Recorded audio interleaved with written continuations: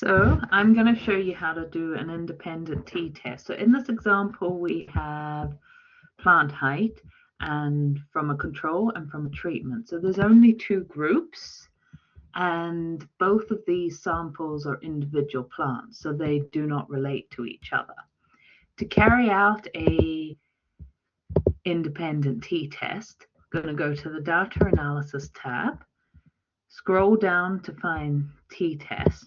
There's a few different options, so you might want to just think about them. So firstly, it's a two sample because we have two different samples. Always just generally assume that they have equal variance.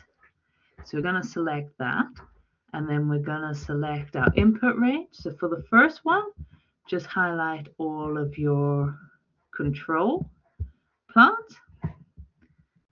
And for the second one, just highlight all of your treatment.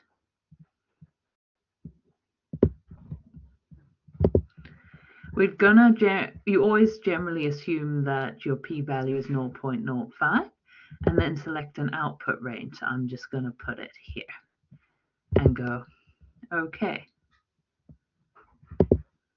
Oh, sorry, it must have been the range was in the wrong place. That doesn't matter. I'll just clear these.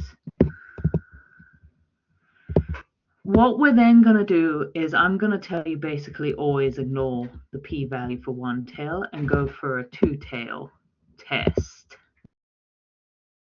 And in this, remember that our p is significant if it is less than 0.05. So what this number here means is basically if it says a minus or expectant to the minus, just know there's lots and lots of decimal points and it's a very small number.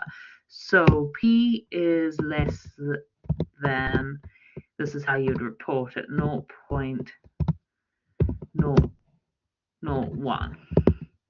So basically it meant we took 1,000 plants, the chances of it being